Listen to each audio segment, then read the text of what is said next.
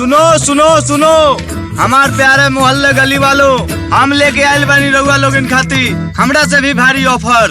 हमरा दुकान के हर एक सामान 10 रुपए सस्ता, 10 रुपए सस्ता, 10 रुपए सस्ता, 10 रुपए सस्ता। भागा भागा जल्दी चलो, 10 रुपए भी चला।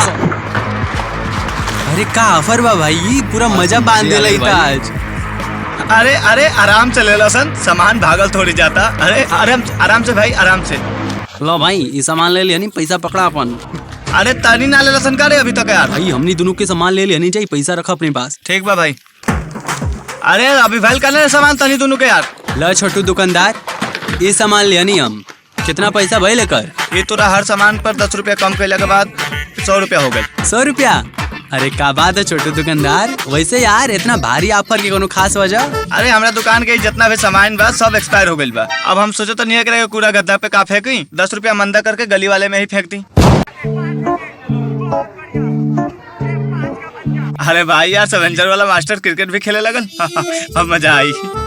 अरे छोटू दुकानदार, 3 थैली छाछ का और 1 किलो बेसन दे दा यार। 1 किलो बेसन, 3 छाछ के थैली है नहीं। आओ छाछ और बेसन, या तो दही फुल्का या फिर कढ़ी बनवाओ था आज टोपा भाई, ऐसा ही बुझाता कुछ।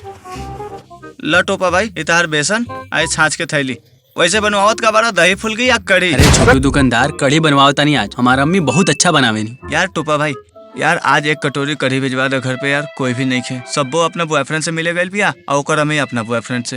अरे भैया दोनों के कई दिन भेज दिया। ठीक है दे जाए। रुका। हाँ का भाई? अरे एकर पैसा तो दे दा 70 रुपया। ओ ला भाई।